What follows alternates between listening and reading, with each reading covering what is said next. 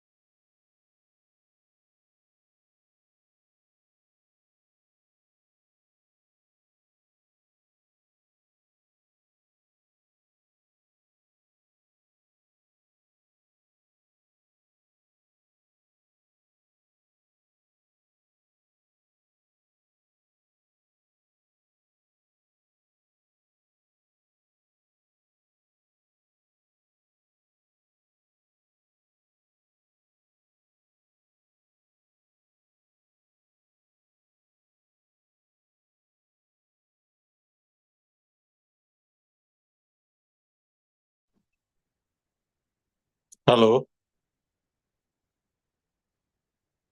Hello. Hello. Atish. Hello. Yes, sir. Yes, sir. Good morning, You sir. are audible, sir. You are okay audible. Okay. You are hello. audible, sir. Atish. Yes, sir. You are audible. You are audible, sir. Okay okay. Hello.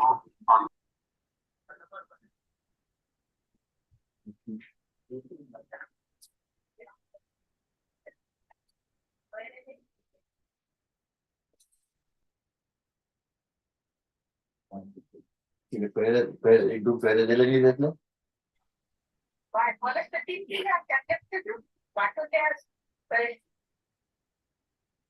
बोल भी नहीं। हे आज आता हे कसे त्याचं काय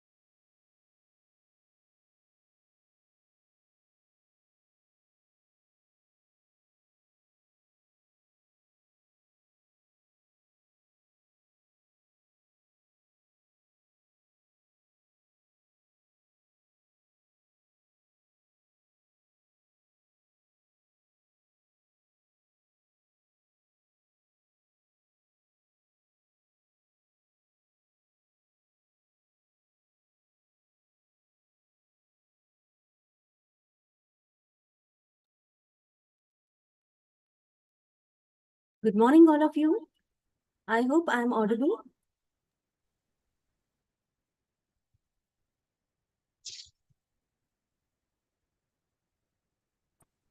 Yes, ma'am, you are audible.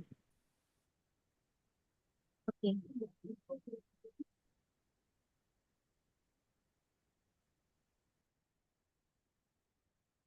I hope everybody has joined this inaugural session.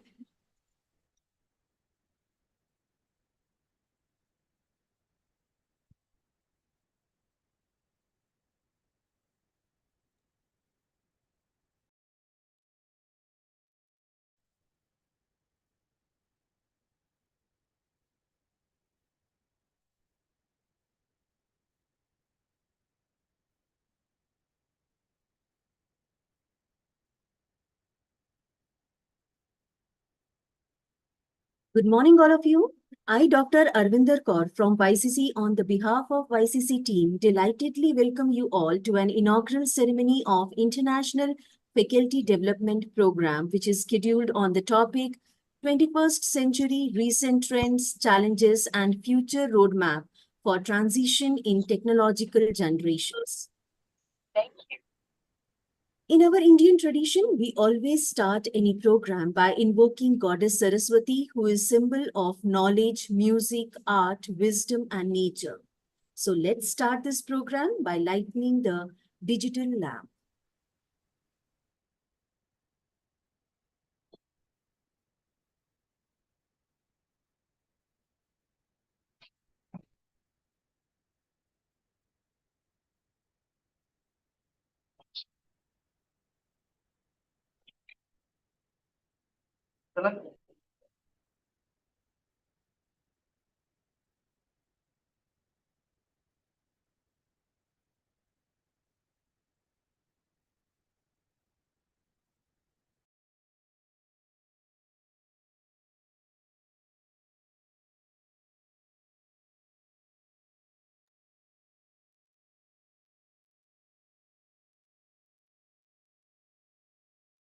Sir आवाज का नाही येत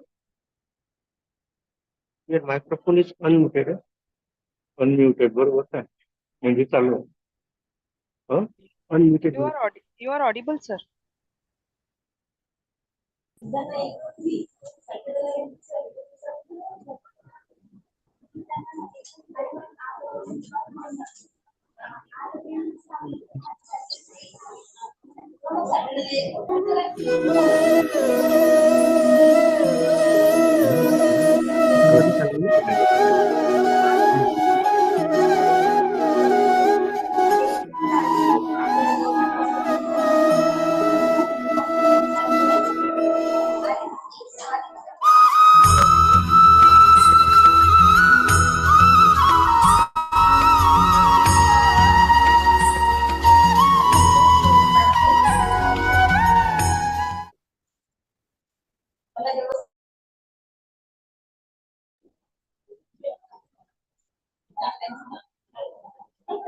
May Lord Saraswati bless us all.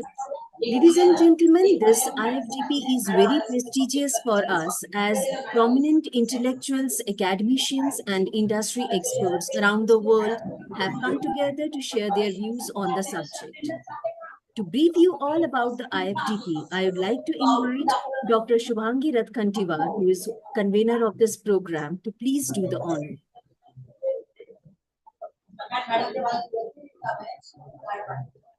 Over to you, ma'am.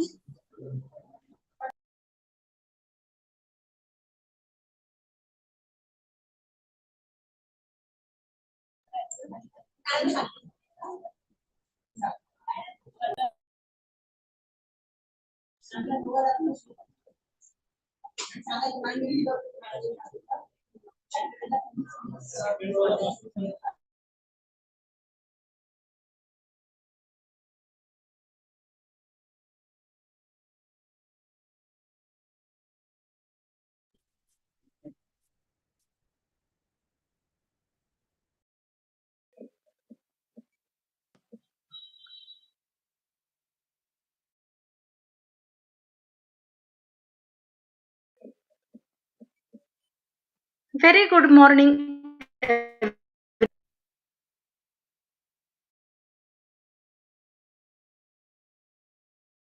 everyone, honorable dignitaries on this virtual dais, chief guest of today's function, Dr. James Conrad, Professor, University of North Carolina, Charlotte, Dr. Uday Vakhe, Principal YCC, Dr. Manalik Shirsagar, Director Technical and Advisor, Meghe Group of Institutions, Dr. Rajesh Thakre, Head of Department of Electronics Engineering and one of the convener of this International Faculty Development Program, enthusiastic organizing committee members of Department of Electronics Engineering and all the participants.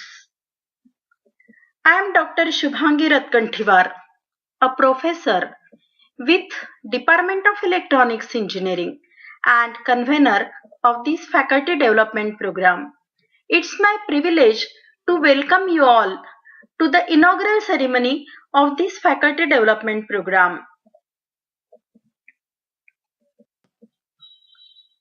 We all agree that solving the challenges in 21st century necessitates the development of cutting-edge technologies involving various disciplines of engineering and science. Therefore, collaborating across different disciplines is definitely the need of an hour for Indian researchers to meet the challenges of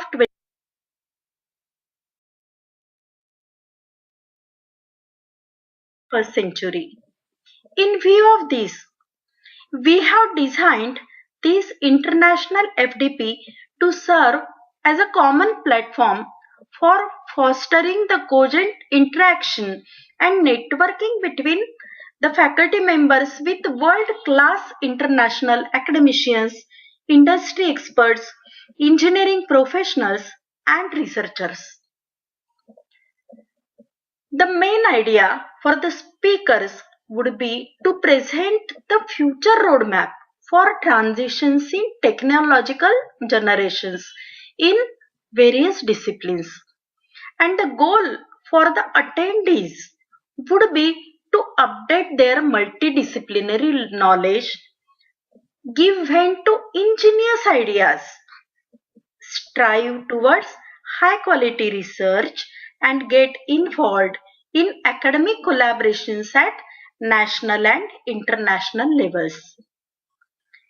In essence, this IFDP aims to provide the attendees from diverse engineering disciplines with broad perspectives and a vision to enhance their research and development activities.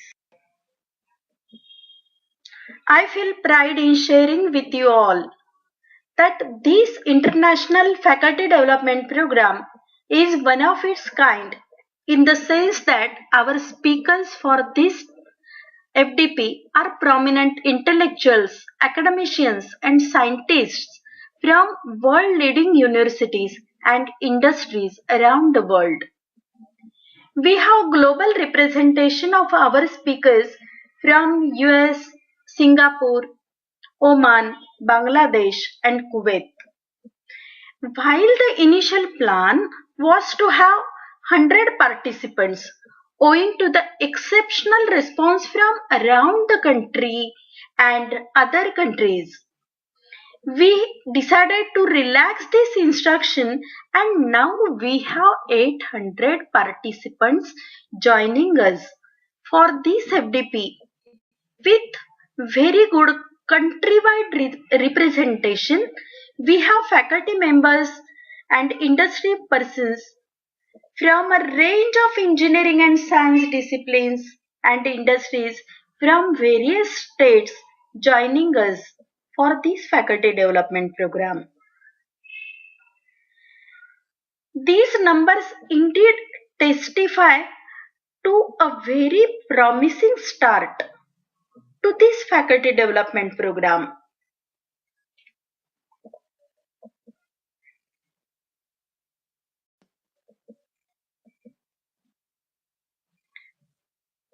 I welcome you all again to this faculty development program, and I am hopeful that the next 6 days would be an absolute delight for you all.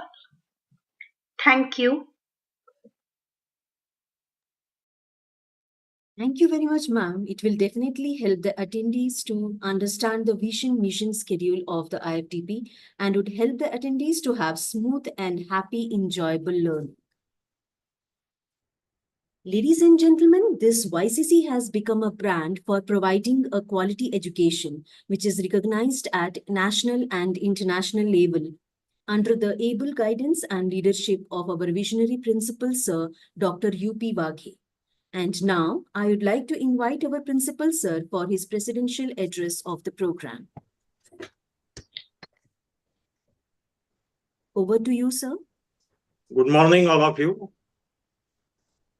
Dignitaries present in this inaugural session. Chief guest of inaugural session of this program, Dr. James Conard, University of North Carolina, Charlotte, USA. Convener, Dr. Shubhangi Ratkantiwar, Dr. Manali Shirsagar, Director Technical and Advisor. Faculty members, heads, deans, and my dear participants. I take this opportunity to welcome you all to this inaugural session of 1 week International Faculty Development Program on very important topic, recent trends, challenges, and future roadmap for transitions in technological generations, organized by Department of Electronics Engineering, Yashwantrao Chauhan College of Engineering, Nagpur. At the beginning, I thank and I am grateful to all the resource persons from foreign universities, industries for accepting our invitation and sparing their valuable time with all the participants to know about the theme of this faculty development program.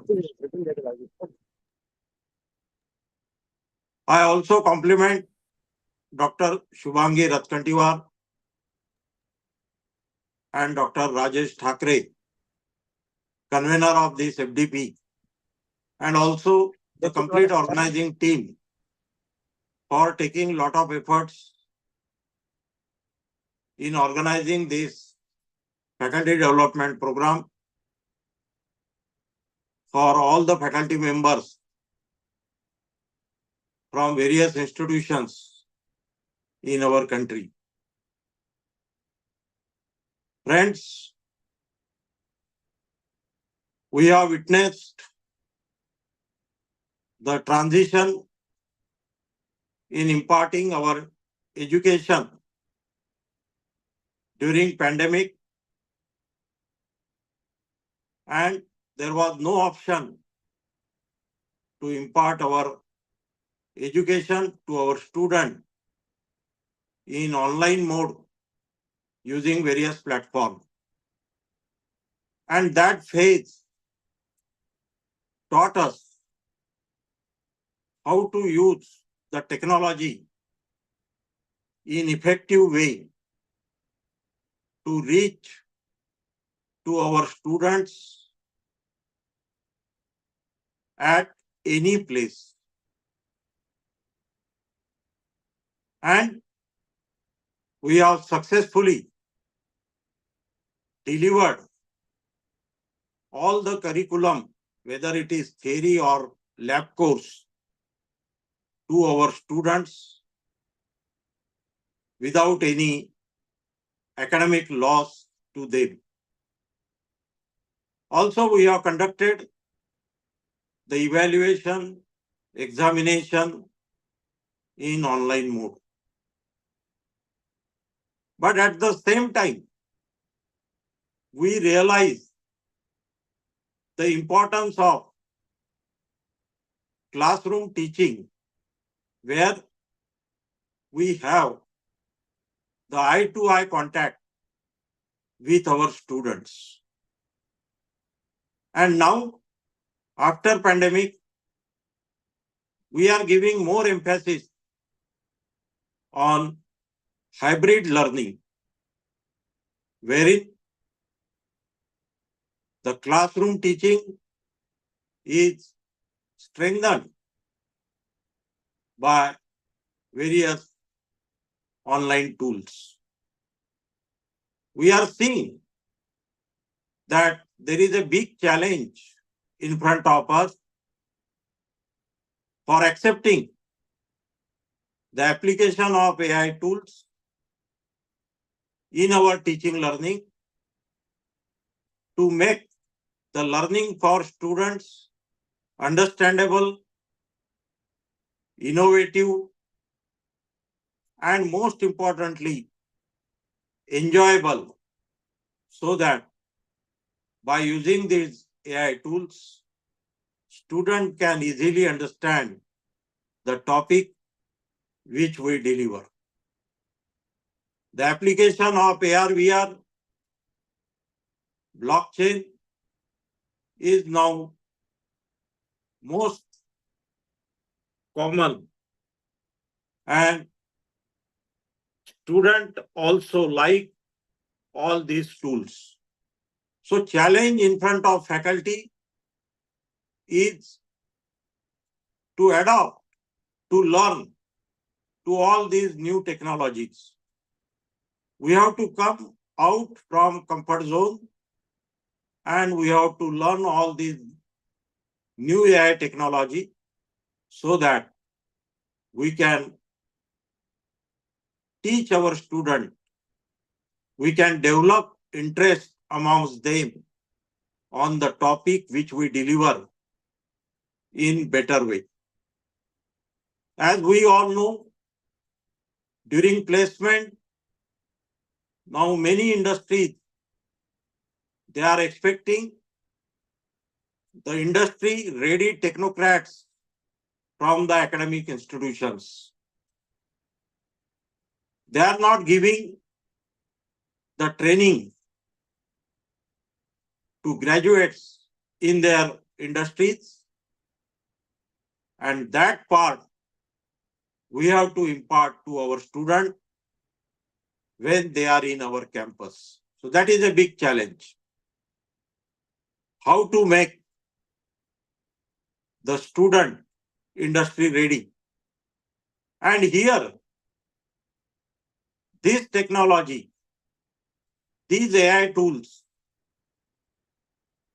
are very important. Government of India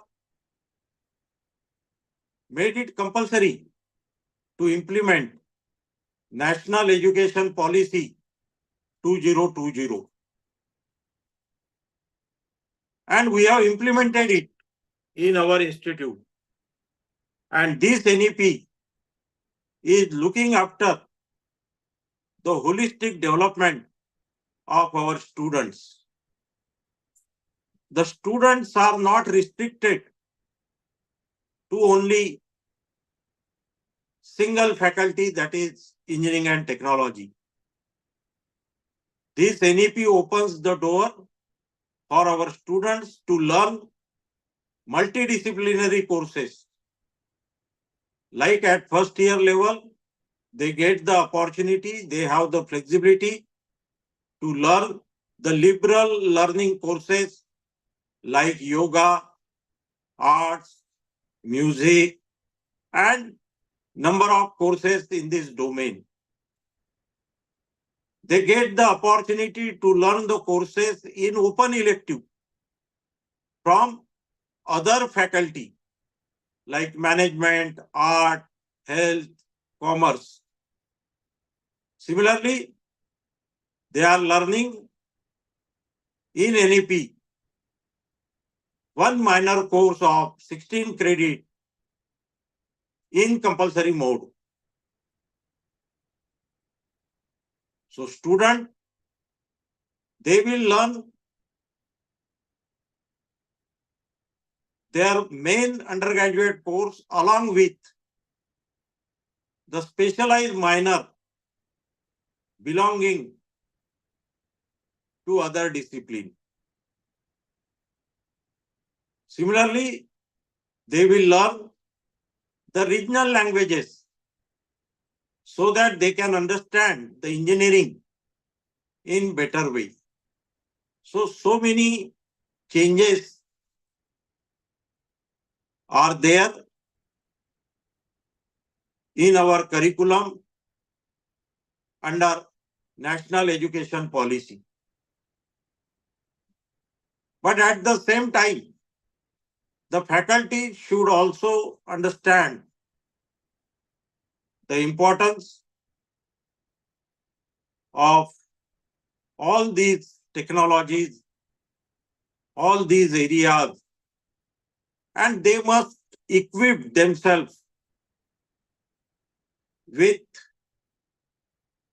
the advanced tools, the advanced methods, the current knowledge required so that they can make their student industry ready. So this is a big challenge. So challenges are there, challenges will be there. As an academician, we always find the solution, best solution for all these challenges. We overcome these challenges and we prepare our students for next generation. I am very much confident that during this faculty development program, all the resource person will speak about the various opportunities to overcome the challenges and making this program interesting and interactive. So I will appeal all the participants to interact with the resource person, since the organizing committee, they have taken a lot of effort to bring the top class resource person, academician, industrialist from the world class universities, the big industries. So this is the big opportunity for participants to encash, to clear their doubt about the theme of this program. I am very much confident that throughout the week, you will enjoy all the sessions, and I wish my best wishes to all the sessions, to all the participants. Once again, I welcome you all to this inaugural session of this faculty development program organized by Department of Electronics Engineering, Yashwantrao Chauhan College of Engineering, Nagpur. Thank you. Thank you very much. Thank you very much, sir, for your presidential address. Ladies and gentlemen, today we have with us a person of great wisdom and experience, whose expertise, competence, and qualities has made him internationally renowned personality as a chief guest And to introduce such a nice chief guest, I would like to invite Dr. Tejaswini Panse to please do the honor.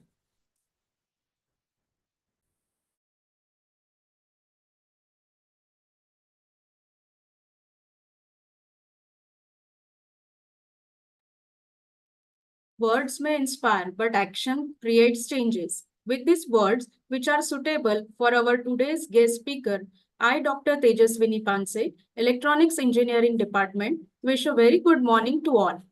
I welcome today's esteemed guest, distinguished participants and committee members for IET approved Second International Faculty Development Program on 21st Century Recent Trends, Challenges and Future Roadmap for Transitions in Technological Generation, organized by Department of Electronics Engineering, YCCE, Nagpur.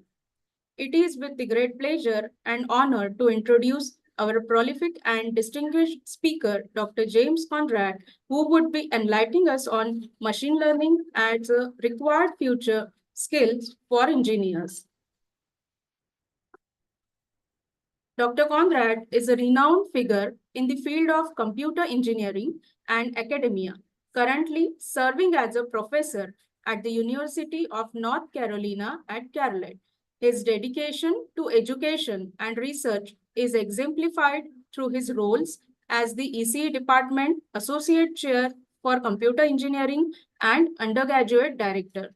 Dr. Conrad's academic journey is marked by excellence, having earned his doctorate degree in computer engineering from North Carolina State University.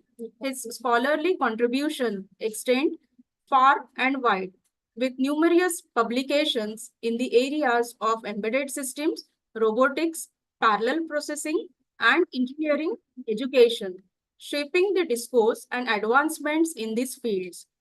Beyond academia, Dr. Conrad's leadership extends to the IEEE community, where he has made significant contributions. His service on the IEEE Board of Directors, notably as the Region 3 Director for 2016 to 2017, and again as a director in 2020, showcases his commitment to fostering collaborations and innovation within the engineering community.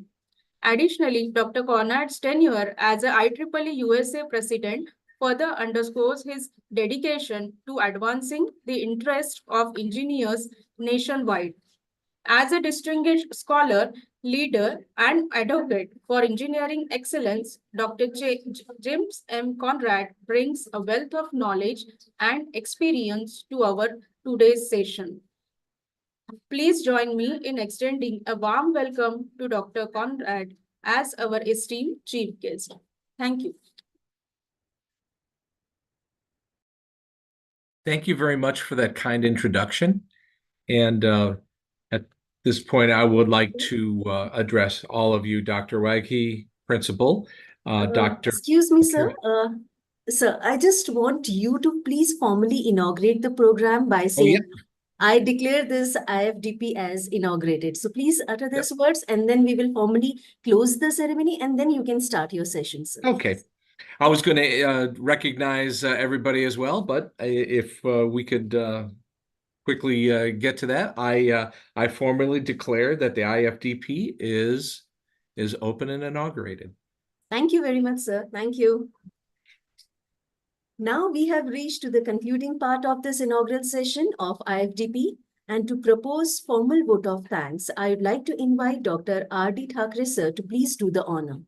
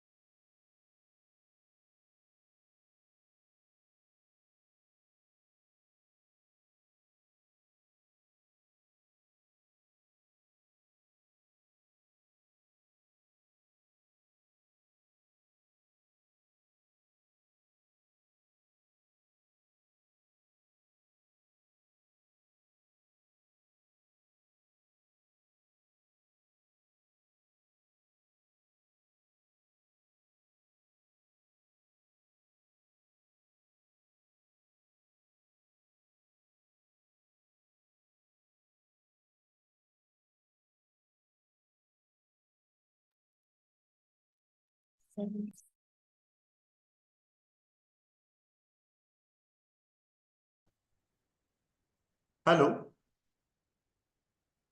Hello. Whether I'm audible? Yes. Good morning, all. Thank you is such a prayer that cannot be seen or untouched. It must be felt my heart. I feel honored and privileged to get an opportunity to propose a vote of thanks on this special occasion. I am Dr. R.D. Thackeray, Head of the Electronics Engineering Department and convener of this faculty development program. I would like to acknowledge the personalities who have provided the support in some form and who were with us during this long journey of almost 6 to 7 months in the planning and executing of this entire event. I would like to thank our honorable management, especially our chief advisor, Honorable Vrinda Madam, for giving an opportunity to organize this faculty development program at global level. My heartfelt thanks to our chief guest, Dr. James Cornard, sir, for sharing his valuable time for addressing us. Thank you so much, sir, for accepting our invitation as a keynote speaker. I truly recognize the efforts you would be taking for us, delivering a session for us. I will thank to Dr. Salim Chavan, sir, Chairman IIT Nagpur section, and Dr. Suresh Rangankar, sir, Honorable Secretary IIT Nagpur section, for their support and commitment to advancing the goal of this international FDP. I also thank him for approving this FDP to the IIT board. I'm also thankful to Dr. Uday Wage, sir, for helping us in obtaining the necessary administrative approval for organizing the event in campus. Of course, in online mode, and for being with us and delivered the welcome address. His words were motivating for all of us. Words are not enough to thank Dr. Manali Sirsagar, madam. Our dream comes true because of her constant guidance and support. Thanks, madam, for supporting our idea of creating an opportunity to interact with the intellects across the world. I convey my deep regards and heart thanks to all the invited speakers for accepting our invitation. All the speakers are from eminent universities and industries. I will mention the names: Dr. James Cornard, sir, Vishwesh Korone, sir, Dr. Chetan Rayakar, sir, Dr. Dolar Kacheria, sir, Nitin Birla, sir, Abel Sky, sir, Jiten Vaidya, sir, Shamim Mangun, sir, Ramesh Agrawal, sir, Mayuresh Devot, sir, Dr. Deepak Walikar, sir, Sumit Pandey, sir, David Henne, sir, Dr. Amrut Chimote, sir, Dr. Lavenda Raikonda, sir, Dr. Raju Gupta, Dr. Shashan Ratkantiwar, Dr. Hemant Pendarkar. Thank you all the respected sir. I would like to thank to Professor Manish Hadap for providing us a technical support. An event of this dimension cannot be happen overnight. The wheels start rolling months in advance. We have been formulated enough to getting a constant guidance from Dr. Shubhangi Ratkantiwar, convener of this program, that is radiated a source of energy with us. Her idea always moved around the developing academic collaboration at global level. We will ever remain grateful to you, madam. I am very much thankful to all our faculty colleagues and non-teaching staff members who always stand by us and motivate us. I will special thank to Professor Atish Peshaktiwar, sir, and entire technical committee to take efforts to meet the real-time challenges of this program to be conducted in fully online mode. I would like to take the opportunity to thank Dr. Arvinder Kaur Madam for her excellent anchoring. I feel proud and thanks to all organizing committee members and dedicated students, volunteers. I cannot thank everyone enough for the involvement they have shown and willingness they have expressed to take on this completion of tasks beyond their comfort zones. Last but not least, I will thanks to all the participants for getting connected with us. If the time is money, then today you have spent millions for us. Thank you to all you for making this event successful. Thank you. Thank you, sir. Dear participant, without much ado, I invite Dr. Jim Conrad to guide us. Over to you, sir. Thank you very much. I have a very interactive presentation, and so I would like you all to turn up your volume, and I'm going to do my very best to make sure that I could be sharing all sorts of wonderful things with sound and video clips. And with that in mind, I should also give you a little bit of background. I have two computers running right now, so I could see what I'm actually presenting, and I could actually present it on my other one. So I like to let you know about a little bit of work that I do, so sit right back.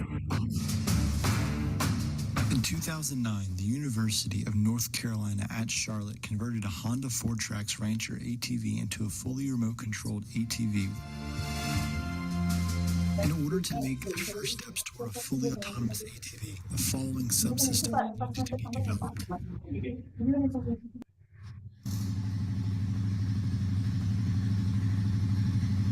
The operator is not controlling the throttle, but instead having his finger on the kill switch.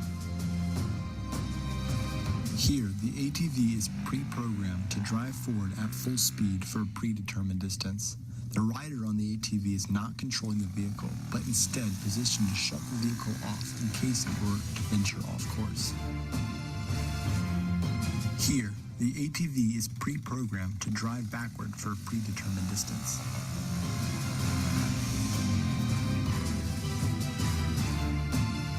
Lastly, the ATV was pre-programmed to follow more complex patterns, such as a figure eight. As mentioned before, the operator that is following the ATV is not controlling the vehicle, but instead is there to kill the program if anything were to go awry.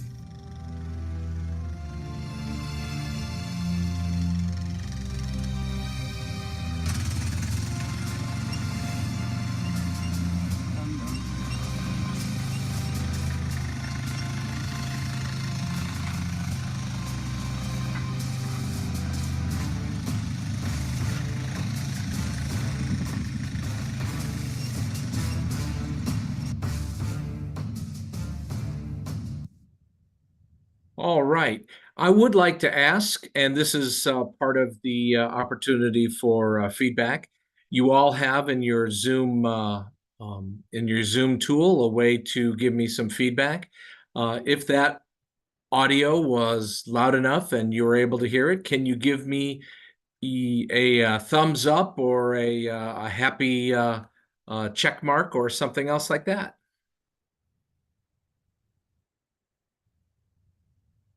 I see some coming in. By the way, it's a little bit tougher to do the feedback if you're looking at this on a phone, from what I understand. All right, looks like I got some people who are doing the interaction. So with that, let me start up my presentation.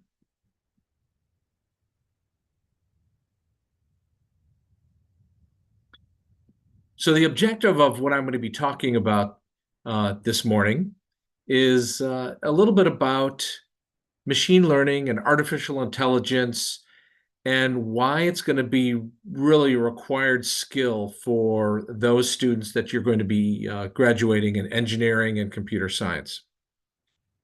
It's not that the students need to be developing artificial intelligence algorithms, but they should know how to use the tools that are out there.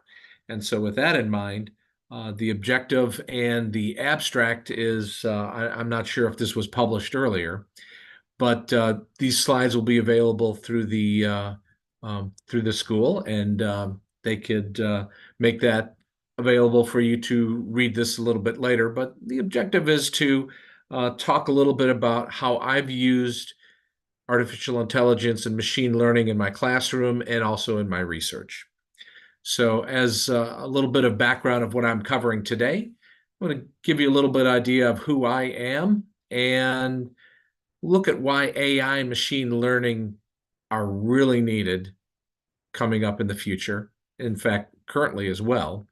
I'm going to show you an example of how I'm using ChatGPT for developing software for teaching students how to develop software.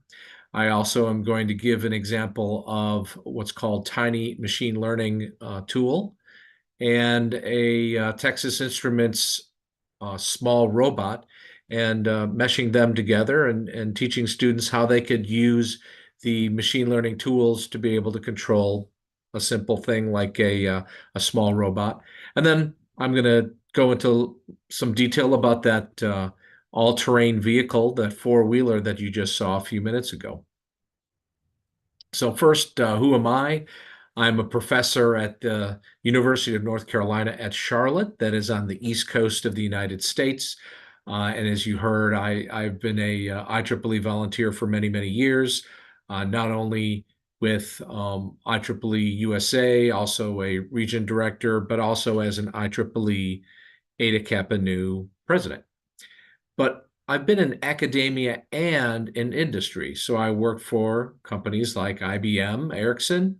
I work for a couple of smaller companies that didn't do so well, and also with a couple of universities. I still consult with companies, but in essence, all of my experiences have been in the realm of embedded systems and robotics. And so I might be talking a little bit narrowly about that. And oh, by the way, that picture you see there at the bottom is when I did a workshop at the Welchan College in India.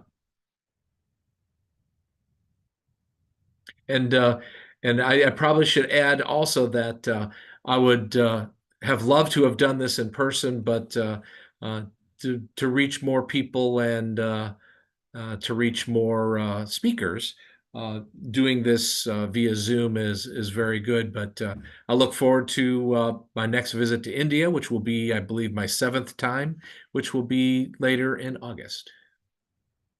So if we think about what is artificial intelligence and where it's going to be used, there are different areas and different applications that artificial intelligence is used in industry as well as in academia.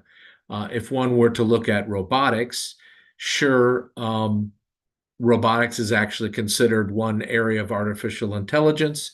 But by implementing more machine learning and artificial intelligence algorithms, we can have it do a lot more really interesting problem solving. And part of that problem solving requires working with a lot of data, working with a lot of images. And so you're going to need an aspect of analytics as well as video understanding to be able to solve some of the more complex problems, language understanding as well. We're not that far away from actually having a device that you could put in your ear, and when somebody else talks to you in a different language, the voice will be recognized by that small device, and you will actually get a translation in your own native language in your ear. The objective of all of this is that not only is it coming, it's already here. And in fact, there's a lot of algorithms currently that are running that are used in all of these fields. And so we need our students to understand how to use the tools that exist out there already. If you look at how AI has performed over the last couple of years, you'll notice that it was very rudimentary in its success compared to a human being. However, there is getting to be massive strides in the ability for an AI system to, for example, be able to recognize images of people from a vast database of images and be able to identify that particular person from perhaps a partial image or even a dark image. We're getting to and almost all of these systems that are being used are doing very specialized tasks. But with the speed of the microprocessors that are being developed by companies like NVIDIA, we're going to be seeing a lot more involvement, or I should say, a lot more of these problems solved by a single system, maybe even all of these applications solved by a single system, and that gets closer and closer and closer to the scary part of all of this, which is self-realization. But I'm not getting into those topics right now. Moog is a company in the United States, and they have realized that AI is a very important part of their business. And as a part of that, they've identified that AI really starts with digital transformation of everything. And in fact, one of the biggest efforts right now in digital transformation and digital twins all over the world is in Industry 4.0, where it's going beyond just simple machines, robotic arms doing welds on automobiles. It is collecting a lot of information with Internet of Things devices. It is taking all of this data and identifying trends of possible failures of the manufacturing machines. It's recording all of this in the cloud and making all of the information available for later analysis and later integration with other devices that might be a part of a particular industry, in industrial factory. And it goes as far as concepts associated with farming.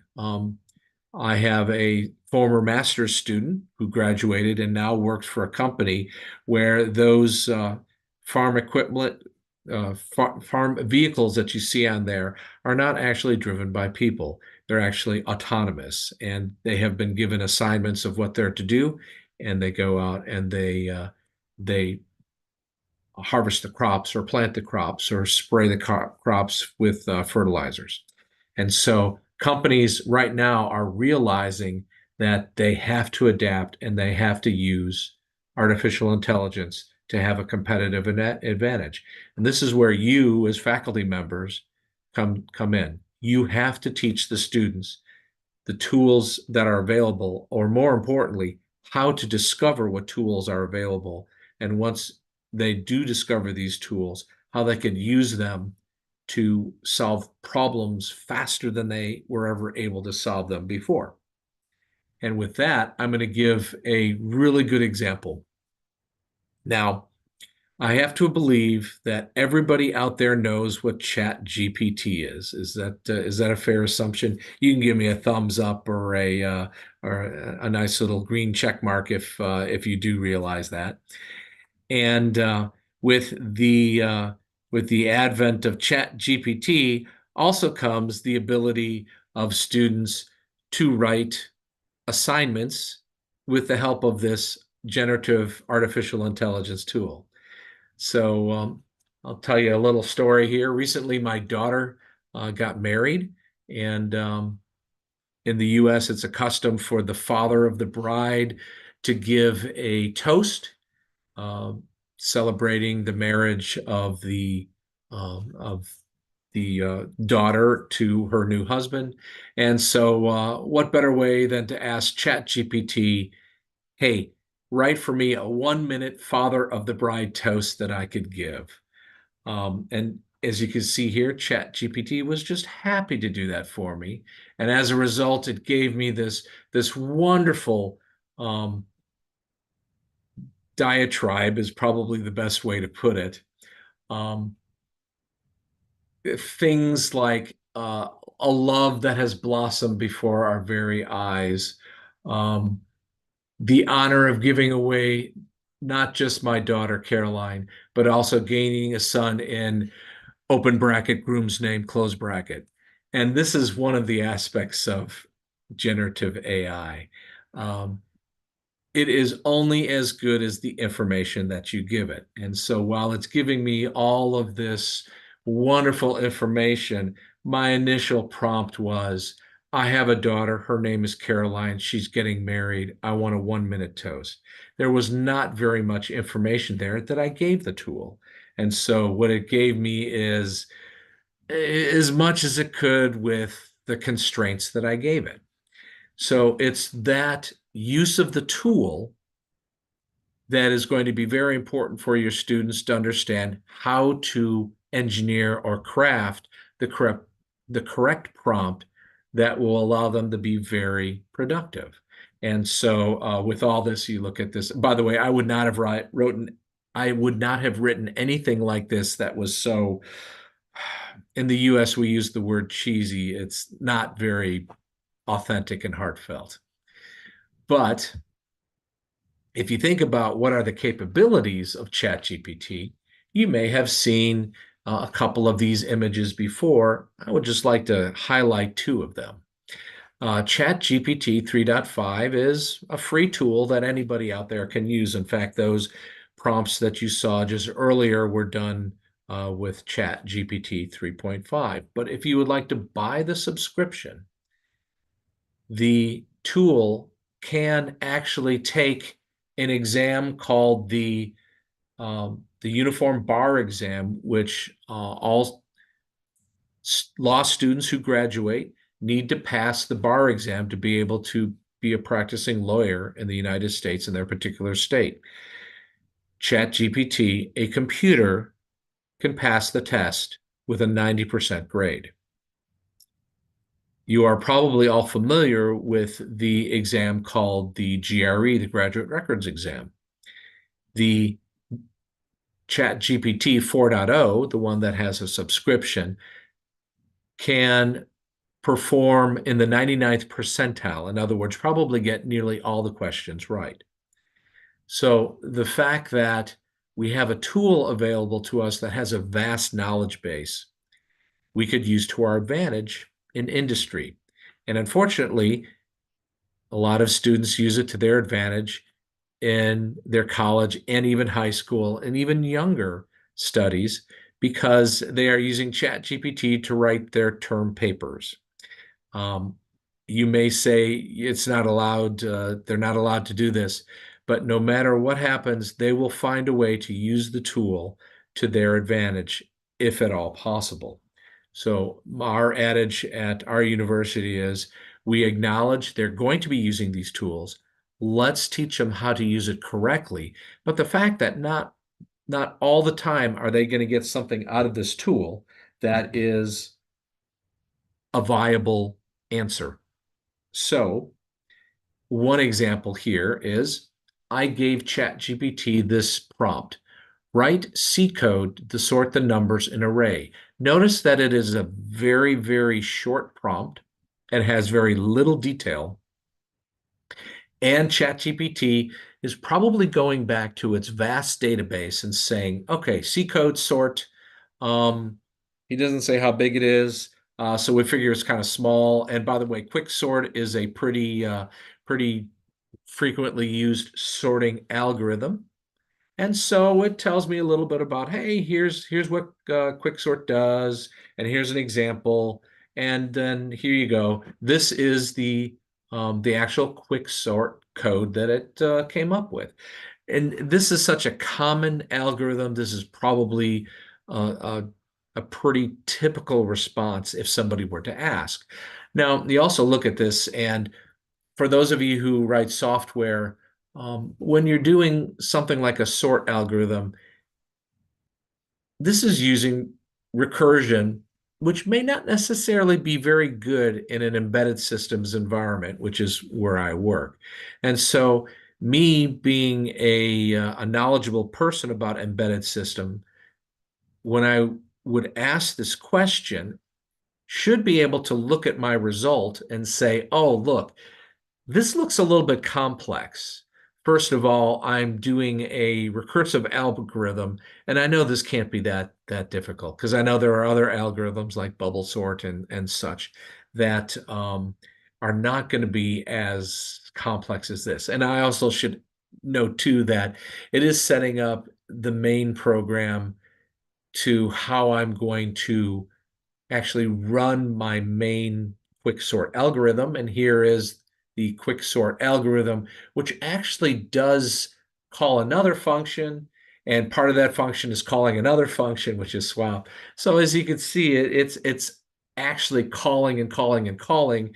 Those of us in embedded systems know that it is going to quickly fill up the stack if I have a very large array. So the instruction that you could give the students is, okay, that was a lovely prompt where you just asked something very simple. But if you were to put some more constraints on it, like I have an array in the C programming language, my array. The array contains integers. So I'm being more specific about it, what it sorts, because I did notice in this one right here that it did assume integers, but I didn't tell it it was integers. In this case, I'm giving it more detail. Write to C code to sort the numbers in the array. Now notice, this was like mere minutes after I gave the first prompt. So in this second prompt, you probably remembered what I asked the first time, and I got a little bit more specific. And now it's giving me a different algorithm altogether, a different piece of code to sort, and now it's going to use bubble sort. There are more efficient sorting algorithms, it says, such as quicksort or merge sort. I'm not sure quicksort is all that efficient.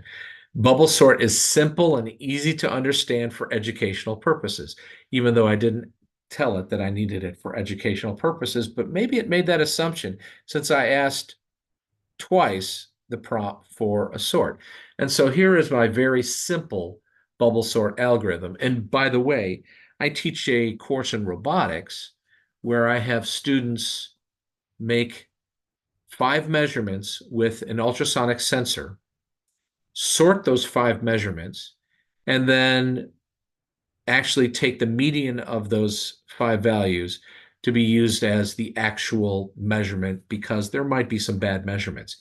The students who are in my robotics class are electrical engineers, computer engineers, mechanical engineers, and engineering technology students. So they're not all software writers.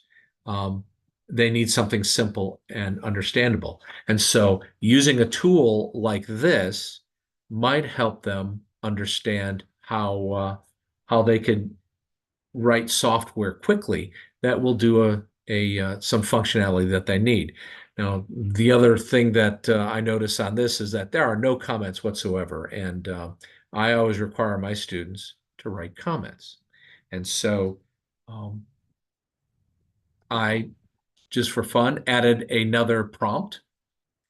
And I say this is closer to home because I teach using an MS 430 processor, and I use an evaluation board. These evaluation boards are very inexpensive, about 10 US dollars, and so that's somewhere around what 700 rupees, I believe. So in this case, I said write the C code for my processor that will light an LED attached to port 1.6.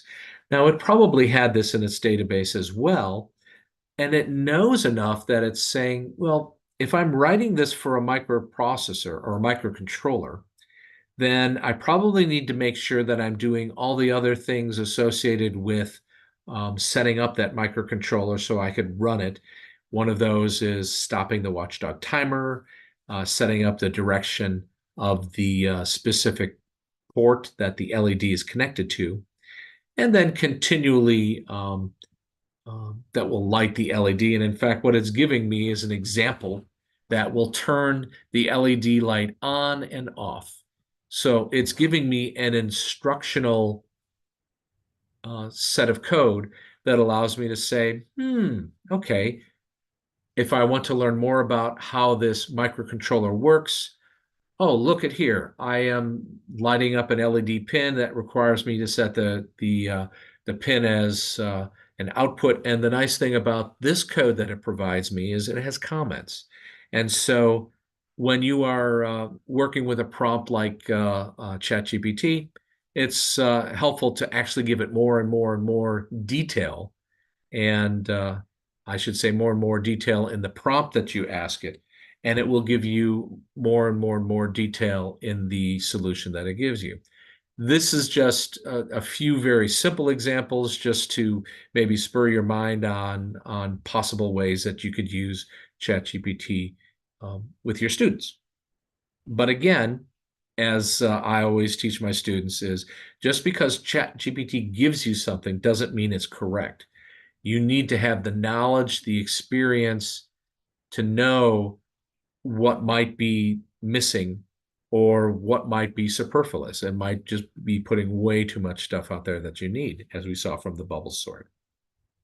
I would now like to change direction a little bit and give you an example of how I have used machine learning, or how I can use machine learning. I had a student work on this project for me to control a robot. As you see up in the corner, there's a small little toy robot called the Texas Instruments RSLK Max.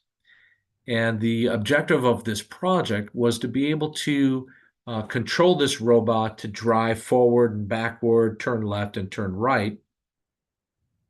And I had my students work on this so that I could use this as a potential lab exercise for students in my robotics class, for them to understand what machine learning is and how they could use machine learning. And in fact, how they could use a piece of hardware that has the machine learning capability and tools on them. The hope was that it would be something that the students could do quite quickly. So the objective is we are going to have the students record different utterances of saying forward and backward and left and right, and use the machine learning tools to be able to train their model, and have this training be able to predict if you say a word like left, will it actually recognize that word is left, and then will it be able to give that motion direction to the robot? Or is it false? In other words, there are situations where I might say deft instead of left. Is it able to recognize that I didn't say the word left? Also, you all want to make sure that if you say the word left, that it doesn't recognize it as the word right and do the complete opposite of what it's supposed to do. So in this case, we are using the microphone to use feature abstraction. We're going to train our model and use keyword prediction. In this, we are, as I mentioned, we're using the TI RSLK Max robot. It is a relatively inexpensive robot. Inexpensive in the US is $100. It has 2-gear motors, and I'm sure there are cheaper options in India like this. And the microcontroller is fairly large for a microcontroller. It has 256K bytes of flash, and it is able to do most of our action that we need. But the machine learning itself is handled on this Arduino AI-enabled board, which is a Nano 33BLE Sense.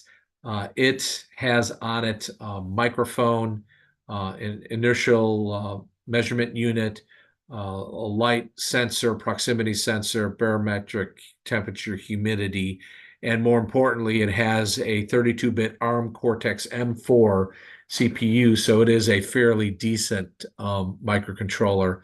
I am not sure how much memory this one has, but it's got to have over at least 1 megabyte of flash space, and you need the speed and the memory to be able to run the machine learning algorithms for training as well as implementation. So the Arduino interface is used for programming that small board that you just saw. There is another programming interface called Energia, which is used to program our robot. There are tools called Edge Impulse, which allow us to be able to create our machine learning model that is going to be training on a large library of words. And in fact, the large library of words includes 65,000 1-second long utterances for each one of those words. So, for example, you will have the word right, as in your right hand, that will be recorded by 65,000 different people with different accents, different volumes. And that's one of the joys of machine learning is, wow, that's a lot of data, and that's a lot of data to learn, but that's the whole objective of machine learning, is that you set up the training process. It does its training on, in this case, only 4 words that we had.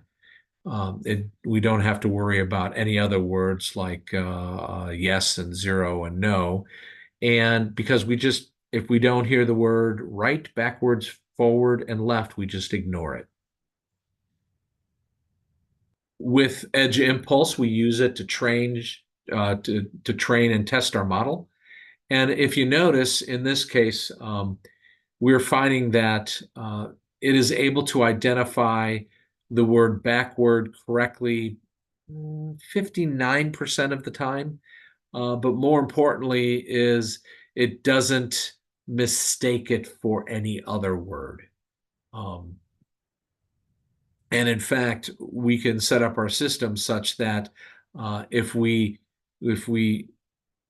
have an utterance, and if we actually talk to our robot that has been trained, that has our board on top of it, and we train it to say if it doesn't have confidence of at least 50% of the word it heard, then do nothing. And that's preferable. Notice that unknown has quite a bit of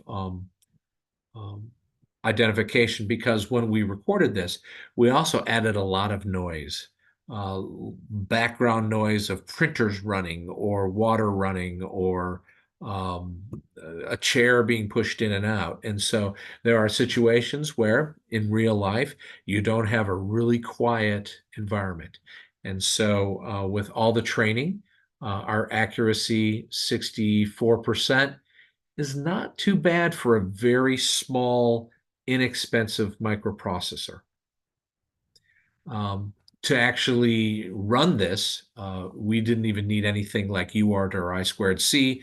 We just have 4 utterances that we care about, and so our Arduino board would just give a signal on 4 different lines to our microcontroller running the robot. So if it was forward, it would move forward. If it's backwards, it would move backwards. And the expected results will be turning right into place over the center of the robot, or driving forward 10 centimeters or so, or backwards 10 centimeters or so. So let's see how well this works.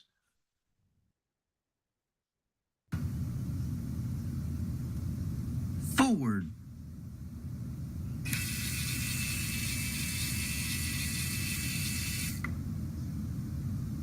Backward.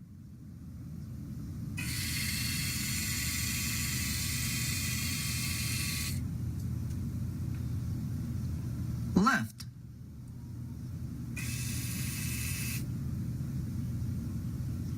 Right.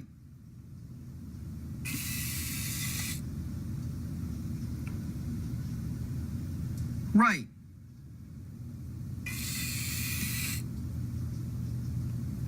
left, forward,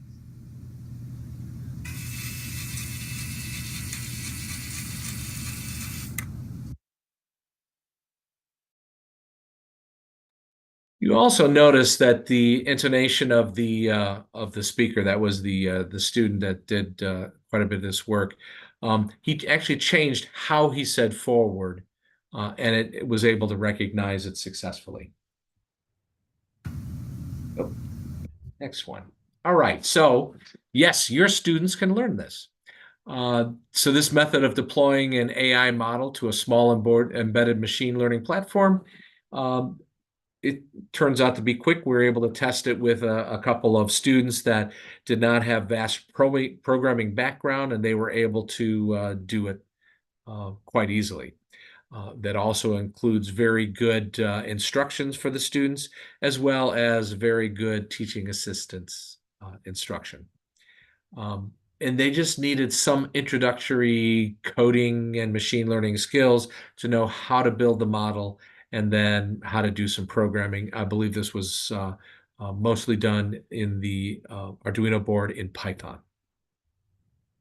Now, the model results were not optimized because if you optimize it, it takes a lot more memory, it takes a lot more time, and it would take a lot more time actually for the learning. And we just wanted the students to get a good idea of how they could do something like this, use this tool very quickly. And again, it's the example of there are tools out there. This is just another example of a tool in your toolbox that you might be able to pull out and do something like this in your industrial workplace. Now, the final thing I want to talk about is how we've used machine learning to actually drive a vehicle. And driving an autonomous vehicle is not very difficult nowadays.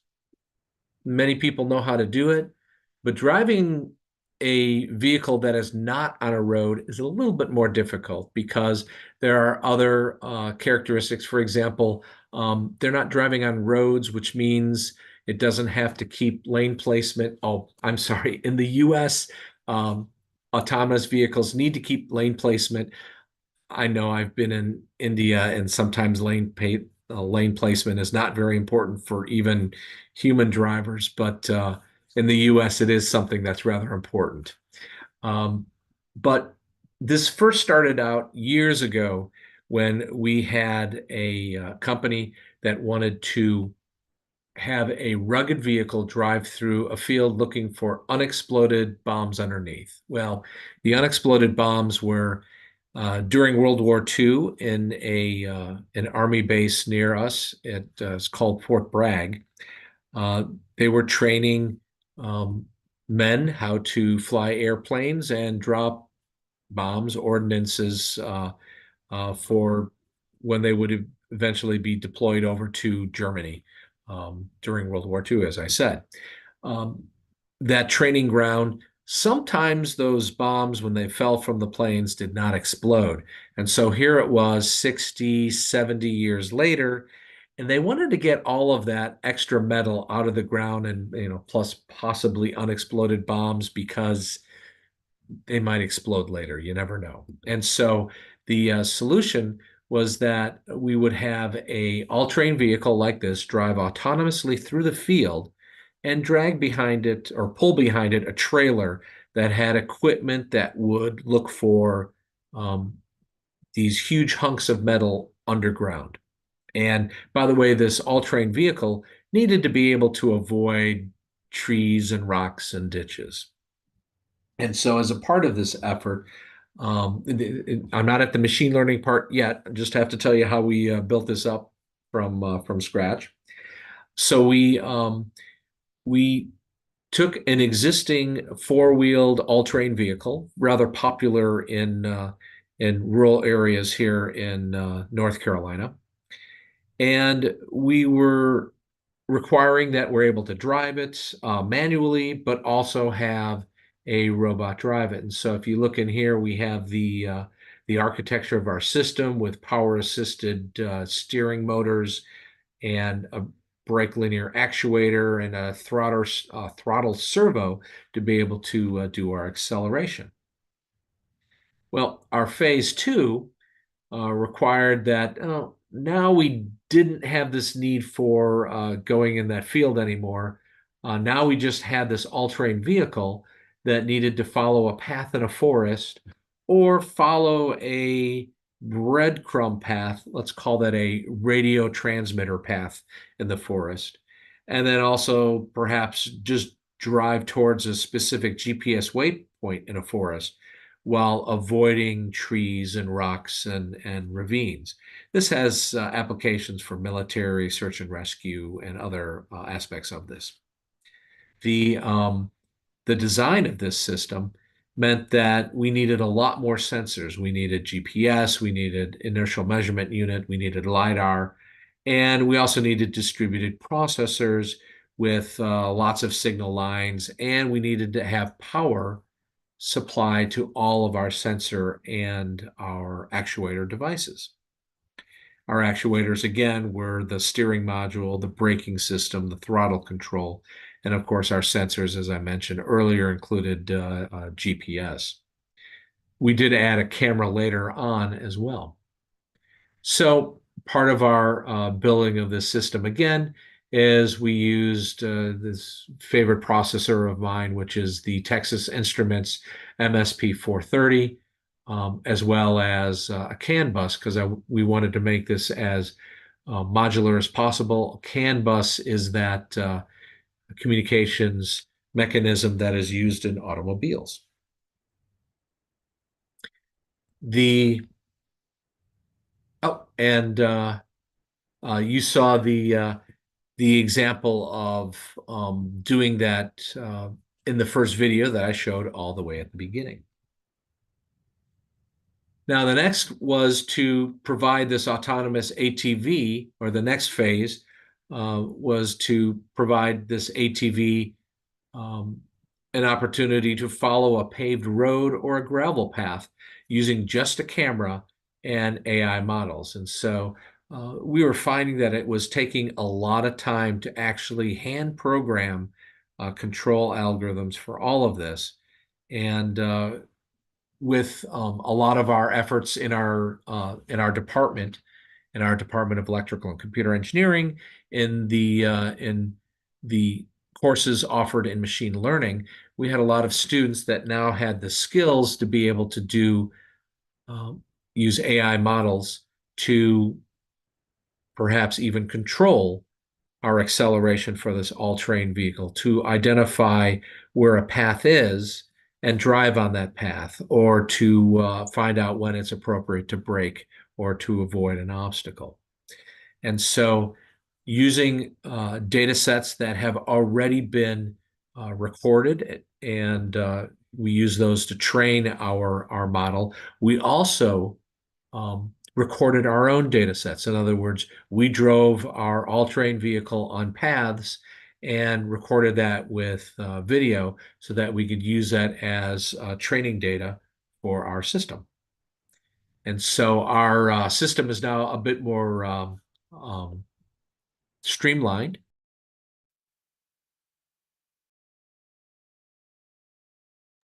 I had a sneeze there a bit, sorry. But we also discovered that we needed a lot more power in our computing. In other words, we needed an NVIDIA Jetson Nano board to be able to take our camera data, process that, and then provide via CAN bus the instructions to the steering, the braking, and the speed control to be able to drive that all-terrain vehicle on a path. This is an example. If you see the person on the vehicle, that is an undergraduate student who is recording data. We actually had that student record good driving and bad driving. An example of bad driving would be, for example, driving off the path and basically driving into a tree.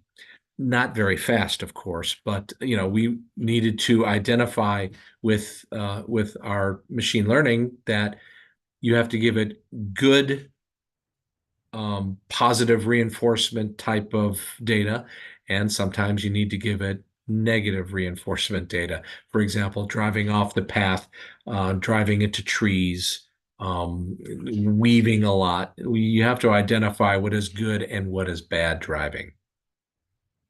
We also collected, while we were doing this video data, we were collecting the angular data of the steering column to be able to later have our machine learning algorithms direct which way the steering would go. Now, our camera itself was required to be gathering the data, but also processing this data and trying to make it as simple as possible. Remember, this is a forest, and so there are no lovely lines on the roads. And even though the path, we started out with asphalt, we were also able to do dirt as well as gravel. But as you are doing the recording, you need to find some sort of image processing in for the path detection.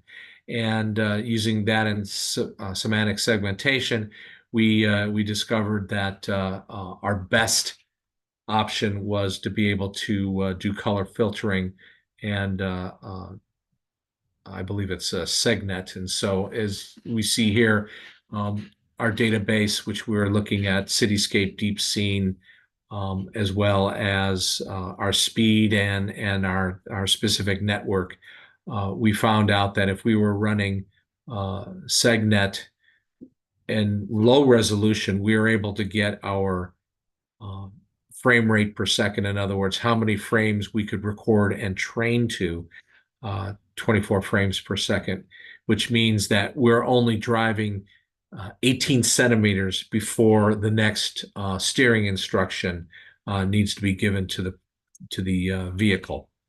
And as you see in the bottom, through our image processing, we're actually able to identify the path that we want to drive on. In this case, it's called a road, but it's really a walking path, as well as rocks, stones, trees, grass, and other things that we don't really want to drive on. So when we have identified what our driving path is, we actually trained our machine learning model by identifying that the center of this path is where we want to be, but if it's off to the left-hand side or the right-hand side, we should make some modifications. But not only how far are we wanting to make our modification close to us, but we also need to predict a little bit further out. So we might see that, oh yeah, immediately we need to be turning to the left, but even a little bit further out, we still need to be to the left. And so we use that to be able to predict our driving. We also use least squares and least mean squares with our semantic segmentation. We used 33,000 entries for training, and then we tested it with 7.7 thousand entries. Our result is this lovely video that I'm not going to play all of, but it's pretty neat.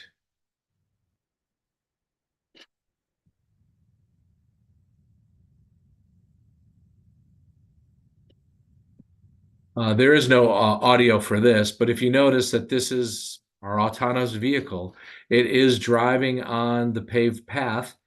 It's I think this is 2.25% speed, because in the early phases it wasn't going as fast.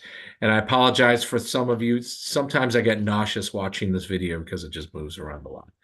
But you also notice that it's staying mostly on the path. And it's very good because you notice that there is a pond right next to the path, which I really don't want to have this expensive vehicle drive into.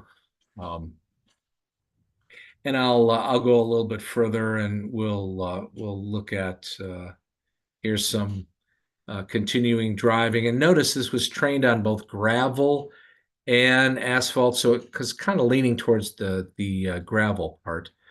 But And let's see, I'll take you a little bit further. In this case, again, it travels on gravel and it doesn't know which way to go, and so it chooses to the right because it likes that way better. But more importantly is it's staying on the gravel path and it's not going towards trees or anything else like that. If we have this vehicle driving up a hill, and by the way, somewhere along this path, it's also going to. Oh no, it's on another example. So that just gives you an idea of some of the things that we have done for our machine learning. And again, that vehicle is driving on its own using machine learning. Now, phase 4 is a little bit of rework. And by the way, I'm just about wrapping up, so don't get nervous, organizers.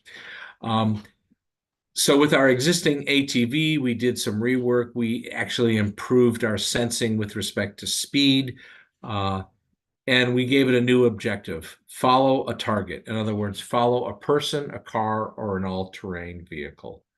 And as a part of this, we're using another machine learning tool called YOLO.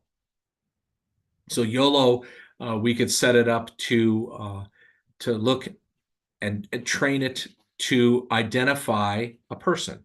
And in this case, it has been trained in this instance to identify any person.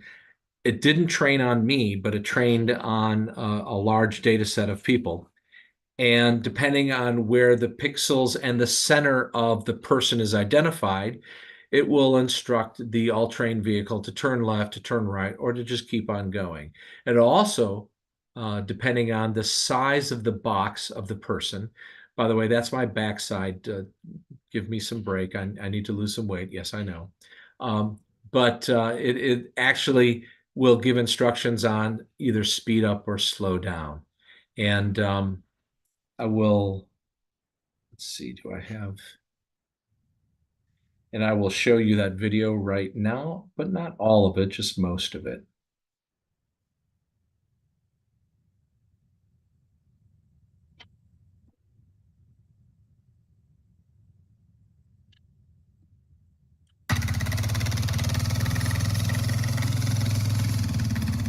So that is me. And what you see in the larger part of the picture is my student who was carrying along my iPhone and taking a picture of this. The small inset there is the actual video from the camera and from YOLO actually identifying that it's a person with 90 to 95% confidence that it's a person. And you notice that it is following me up hills, up an incline, and I'm going to actually be turning a little bit here in a moment, but I'm getting close to my end time, so I'm going to skip ahead to another part of the video, which is interesting. All right, here we go.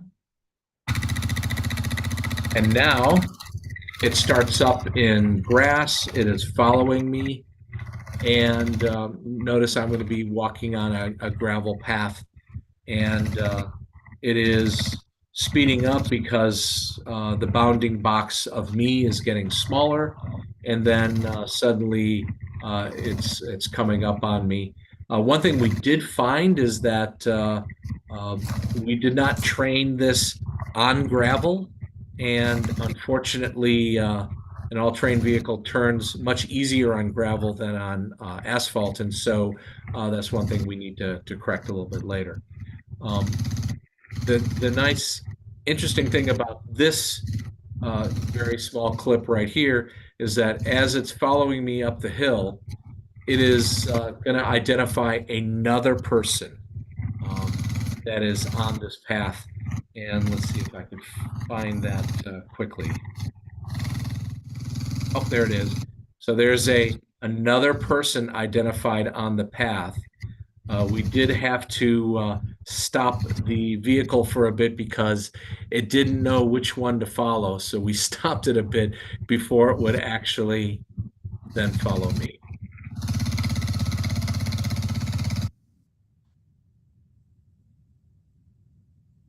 So future work is we're going to be doing this with an all-terrain, electric all-terrain vehicle, and then some other aspects associated with that as well. So wrapping this all up, I hope I've been able to implore that artificial intelligence and machine learning are here to stay, and it's expanding, and students need to use AI and machine learning in college. Faculty need to use AI and machine learning, because you notice I'm not developing the AI and machine learning tools. I'm using the tools to advance other research. And some of the tools have a learning curve, but it's something that we all need to learn. And it could be inexpensive. ChatGPT 3.5 is free. YOLO is free. And so a lot of these tools are readily available for you to use. With that in mind, I believe I have talked exactly for 1 hour. This is my contact information. Thank you very much, and I will open it up for questions.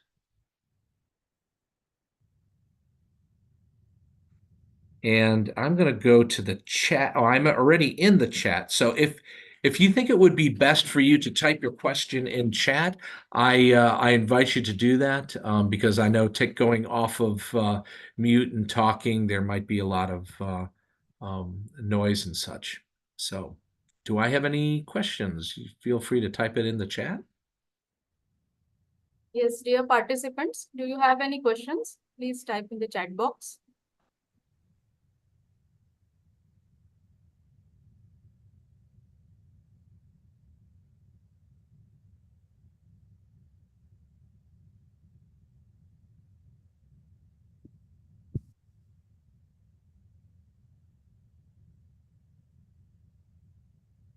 There is one other thing I wanted to show. If you have no questions, that's fine. Let's see, where is this? I think this is funny. I use the time converter, and yeah, this session started at 10:30, which is 1 a.m. my time. So right now it's 2 a.m. So if I'm a little bit slow on your question answering, please give me a break.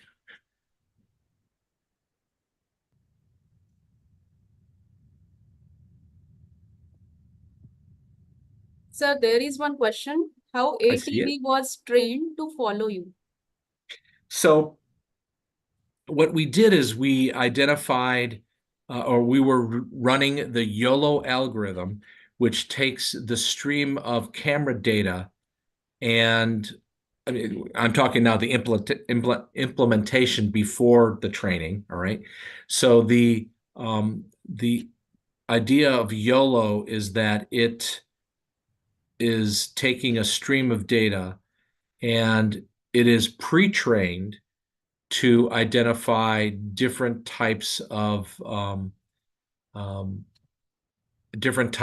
targets. One might be an automobile, one might be a person, one might be an animal, or anything else like that. And so the training is pre-done for you in YOLO. What we did then is we took the output from YOLO. YOLO will provide what's called bounding boxes of a target that you're looking for. And then we did some very rudimentary processing to find out where the center of that box is. And we just fed that turn left, turn right instruction into our control algorithm. So the use of the tool was, it was pre-trained, YOLO was pre-trained for the target. All right. So whether every information is authentic, I'm not sure what that means, but oh,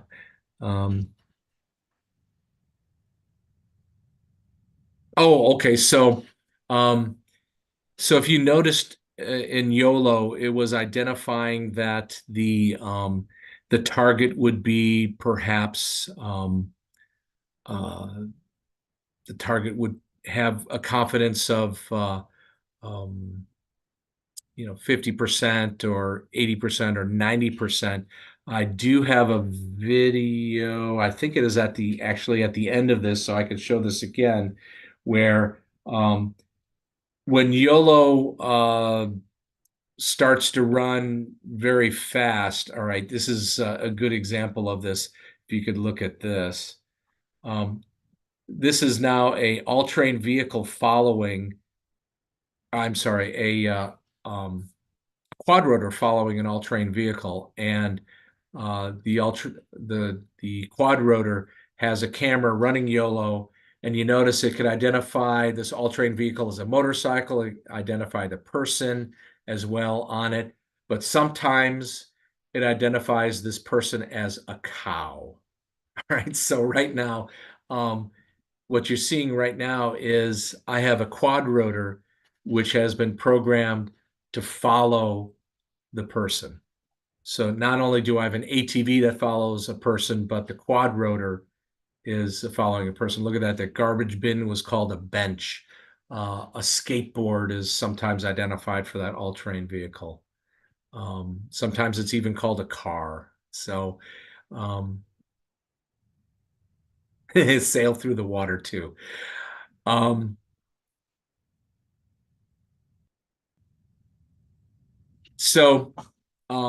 The question is, can you modify the ATV so it can sail through water too? So obviously an all-terrain vehicle is not intended to go on the water, but there are lots of organizations that are actually using something like YOLO and machine learning for autonomous boats.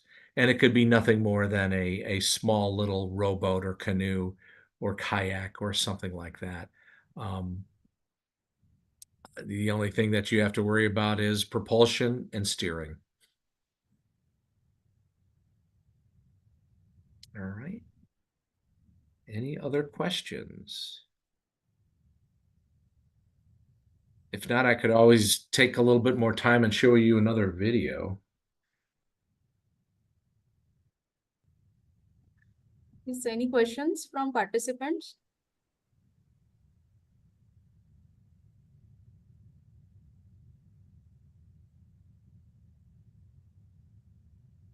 Or we just end the session and give you a little bit more time to go check your email, right?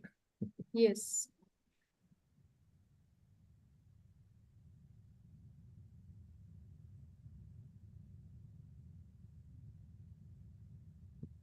All right. Thank you, Professor. Thank you so much, sir.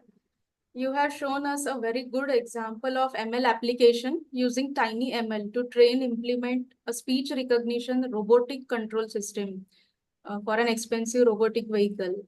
And another point is you have told us how ChatGPT can use to help students for writing code for an embedded system evaluation board. So thank you so much, sir. And thank you, sir, for your valuable inputs. Also, we are extremely grateful that in spite of this time difference, you have delivered this session according to our schedule. I request you to accept a token of gratitude on behalf of organizing team and Yashwantrao Chauhan College of Engineering, Nagpur, for sparing your valuable time and guiding us. So thank you, sir, once again. Thank you. Thank you, sir.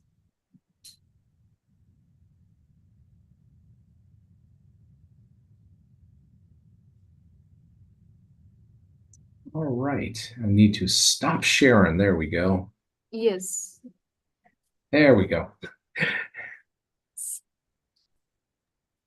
Thank you so much, Dr. Jain. And thank you all for your time. And with that, I wish you all a wonderful program and a wonderful professional development and faculty development effort that you're having over the next few days. And think of me as you're doing your next few sessions.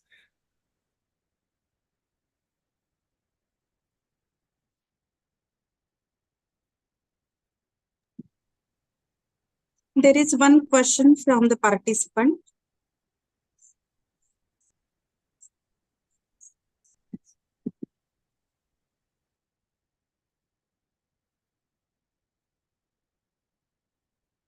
Sir has left.